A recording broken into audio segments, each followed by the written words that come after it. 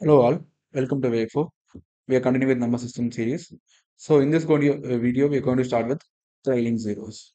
So in this video, we are going to first discuss about basics. What is trailing zero, how to find trailing zero. And then after that, we are going to solve few questions. And then we are going to discuss about few results while solving the question. So let us start the video.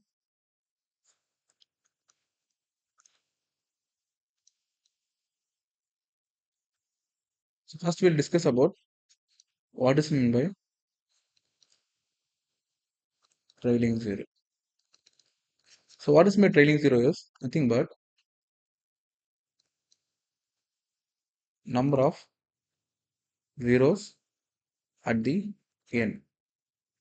Let us consider basic example 100. Let us consider number 100. How many trailing zeros we have for this number 100? This 2 because at the end we have two zeros. This is 1, this is 2. Yes or no? This is called trailing zeros.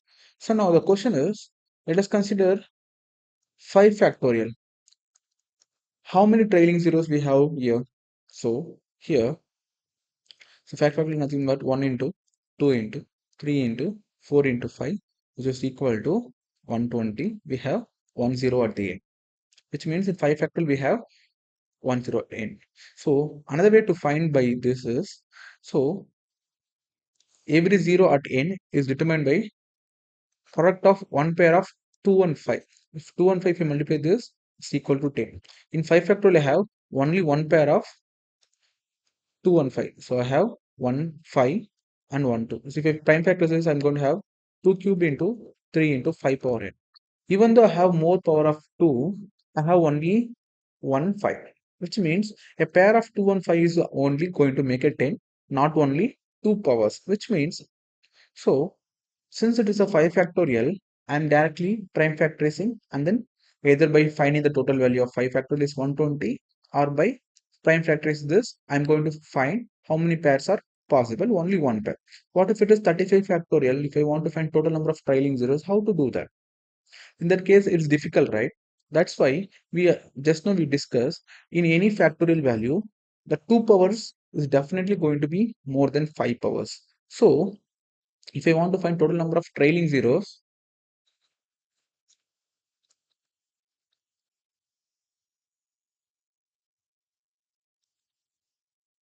if I want to find total number of trailing zeros, I just need to find any factorial. Let us consider n factorial. If I want to find total number of trailing zeros, I just need to divide n by 5 successfully to find the total number of trailing cell, because if you take any factorial value, always 2 powers are going to be more than 5 powers. So it's waste of time focusing on total number of 2 powers. It's good to just to focus on 5 powers.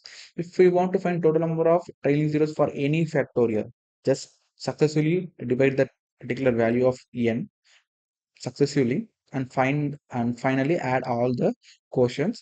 That sum value is nothing but total number of trailing zeros. That's it. If I want to find 35 factorial value, total number of trailing zeros is nothing but, so 30 by 5, my quotient is 7. So again 7 is more than 5, so 7 by 5, my quotient is 2. So my total number of trailing zeros in 35 factorial, which is equal to 7 plus 2, which is 9. There are totally 9 trailing zeros we have in 35 factorial. This is how we can directly find the total number of trailing zeros. Now let us start solving the question. This is the first question. I want to find total number of trailing zeros in 90 factorial. So what we are going to do is, I'm going to divide 90 by 5 successively. So 90 by 5, my quotient is going to be 18.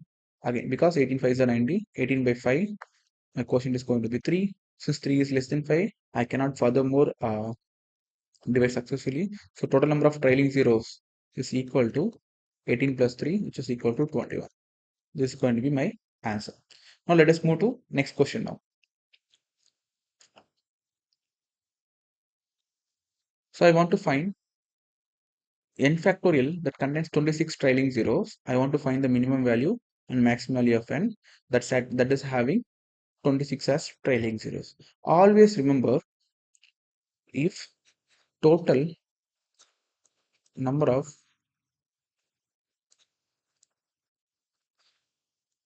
trailing zeros is given means If I want to find that n factorial n value, then n value is approximately is equal to 4 into total number of trailing zeros. That n value is going to approximate value. We just need to verify after finding that n value whether we have the same number of trailing zeros, or from that as base value I'm going to increase and find. For example, here n factorial contains 26 trailing zeros, but I don't know the n value. So n is nothing but approximately it is going to equal to 4 into 26. 426 is 104.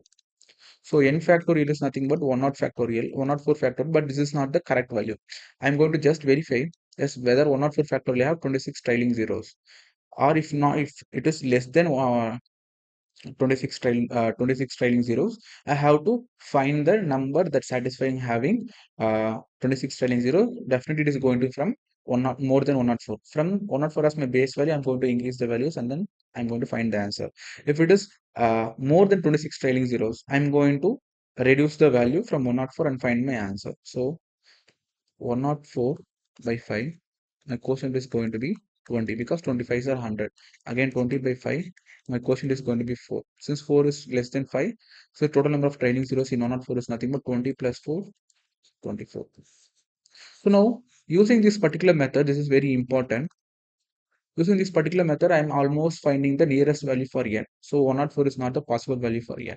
This is not possible. So next time my uh, 5 value will increase only when 5 power value will be increased only when if I multiply any multiples of 5.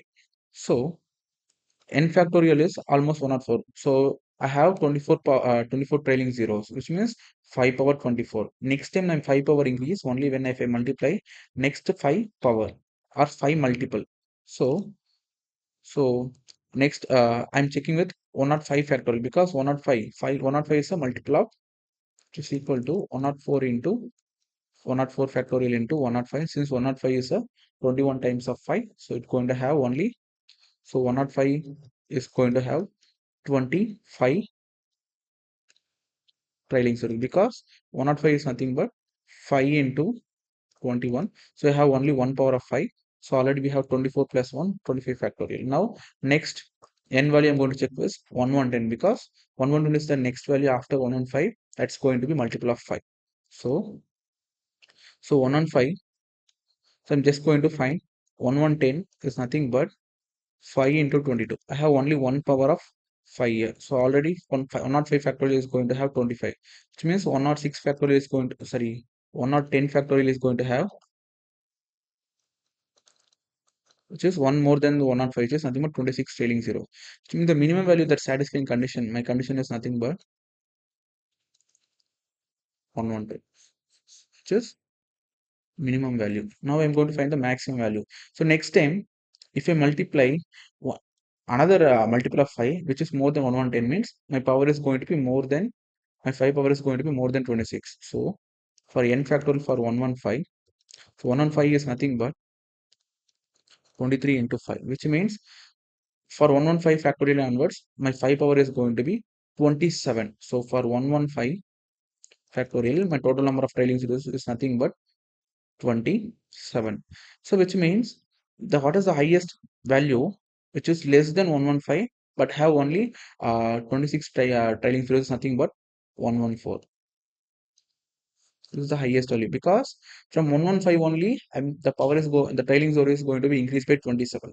Up to 114 my trailing is going to be only 26. This is my maximal. The sum of this is nothing but 224.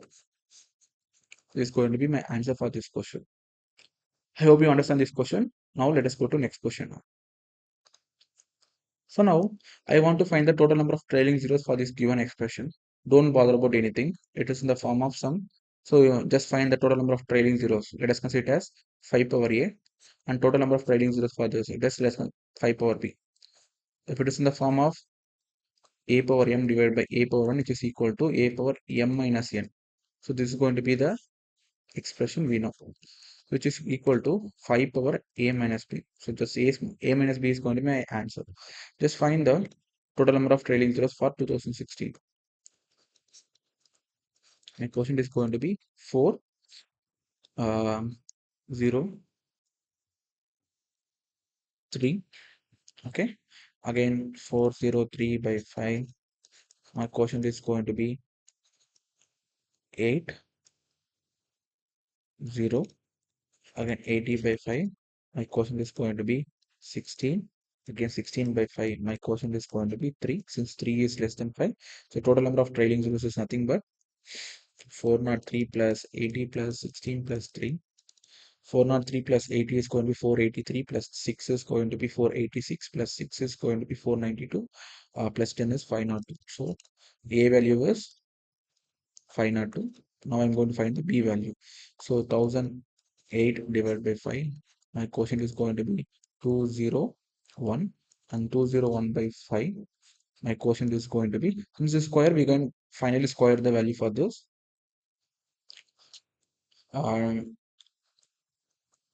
4s are 0s are again 40 by 5. Its quotient is going to be 8. 8 by 5. My quotient is going to be 1. Sum of adds 241 plus 1, 242 plus 5 is going to be 250. So 5 B value is 250, since it's the whole square, which is equal to 5 power 500. So B is going to be 500 value. So if it is square, means we did not square 250. The 250 is nothing but B value, which is 5 power B. So 5 power B is 5 power 250 whole square, which is equal to 5 power 500. So difference of these two equal to, that's my answer for this question. I hope you understand this question. Let us go to next question now. Now I want to find the trailing zeros for this given expression. I always know how to find trailing zeros by using successive division. The successive division can be applicable for factorial. Factorial value. Factorial value starts from product of 1, 2, 3. It keep on goes up to n. But here, instead of starting from 1, it started from some random range, which is nothing but 201 to 300. So how to find this trailing zeros for this question is, first,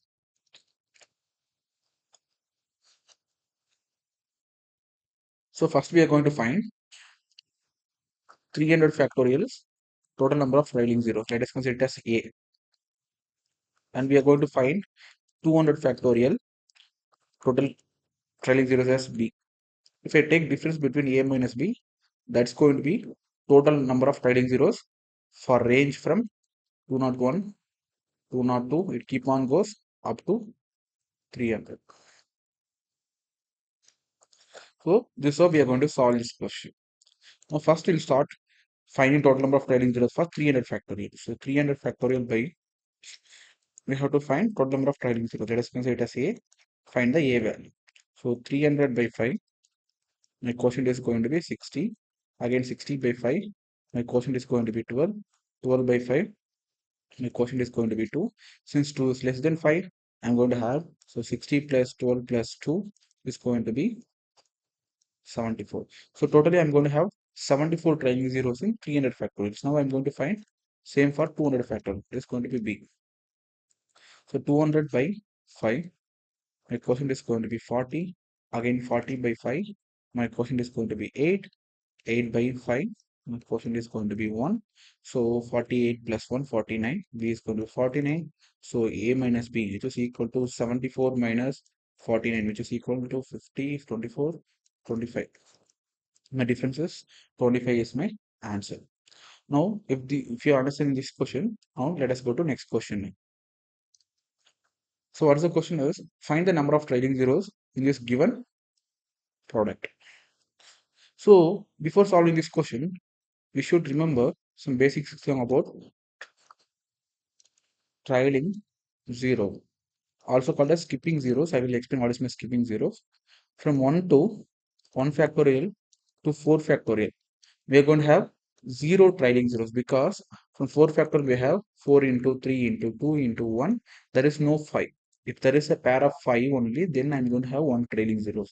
If there is no 5, means I'm going to never going to have 0 at any of these 4 factorials, either 1 factorial or 2 factorial, 3 factorial or 4 factorial.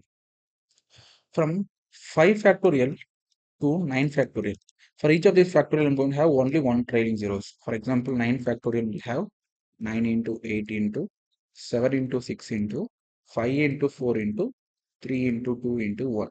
I have only one 5 here, which means I'm going to have only one trailing zero from 5 factorial to 9 factorial.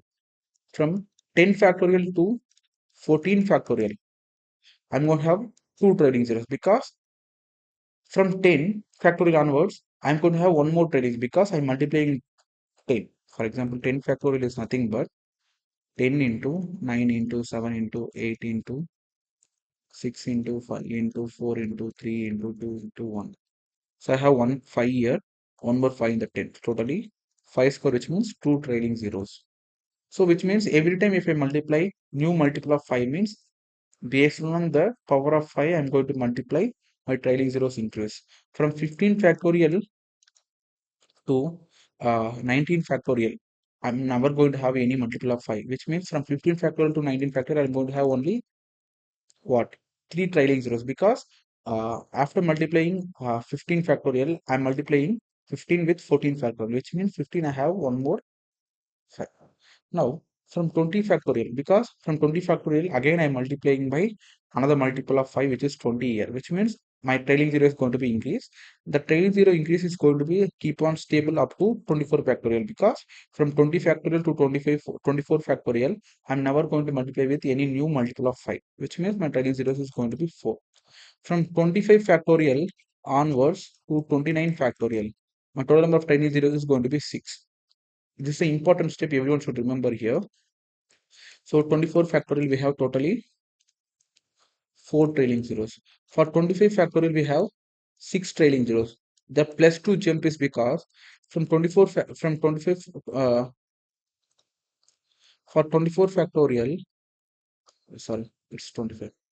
For 25 factorial which is equal to 24 factorial into 25. 24 factorial we have 4 trailing zeros, which means I'm going to have 5 power 4.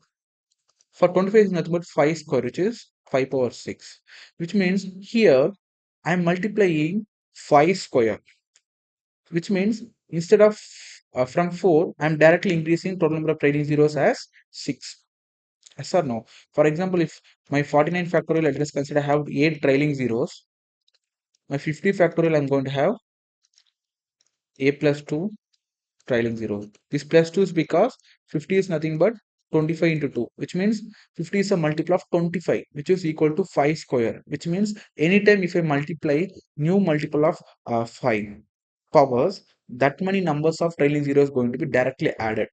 If I multiply uh, 124 factorial. Let us consider I have three trailing zeros. 125 factorial, I'm going to have directly b plus 3 trailing zeros because this plus 3 is directly because 125 is nothing but 5 cube. So directly I'm going to add three more trailing zeros from 125 factorial. This is common for like let's consider if I multiply let's consider 624 factorial. So I'm going to have let us consider c trailing zeros. 625 factorial I'm going to have c plus 4 trailing zeros. That's a direct jump of 4 trailing zeros.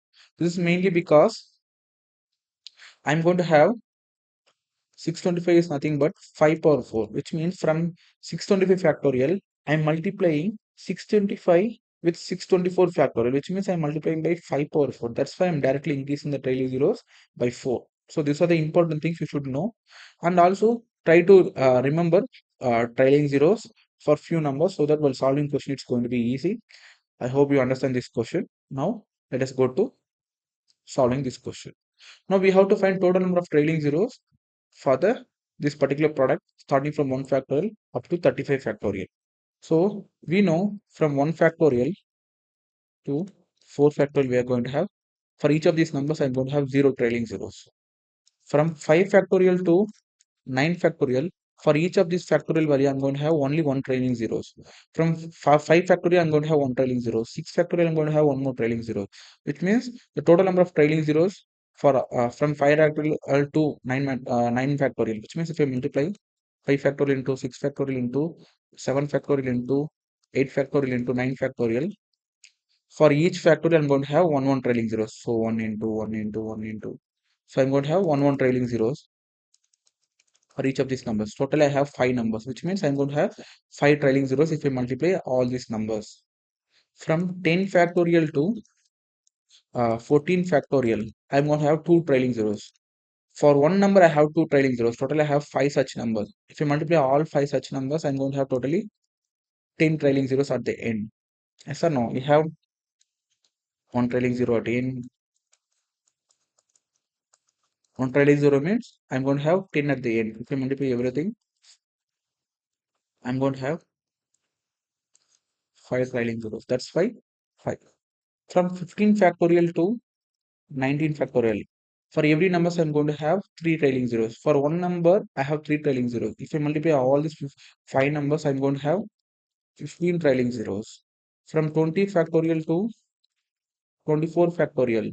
For each number, I'm going to have four trailing zeros at the end. For one number, I'm going to have four trailing zeros. Total, I have five such numbers. 5 fours are 20 trailing zeros. From 25 factorial to 29 factorial, for every number I'm going to have 6 factorials. For one number, 6, sorry, not factorial, it's trailing zeros. For one number, I have 6 trailing zeros. Today I have 5 such numbers. If I multiply all 5 such numbers, I'm going to end with totally 30 trailing zeros. From 30 factorial to 34 factorial, I'm going to have trailing zeros for each numbers. Totally have 5 such numbers. So I'm going to have 35 trailing zeros. Now, from 35 factorial, because the number ends with 35 factorial. 35 factorial, I'm going to have 8 trailing zeros because after 34 factorial, I have 7 trailing zeros. If I multiply 35 with 35 factorial, so 35 is nothing but 5 sevens, which means I'm adding one more 5, which means my trailing zeros increases by 1. That's why 8.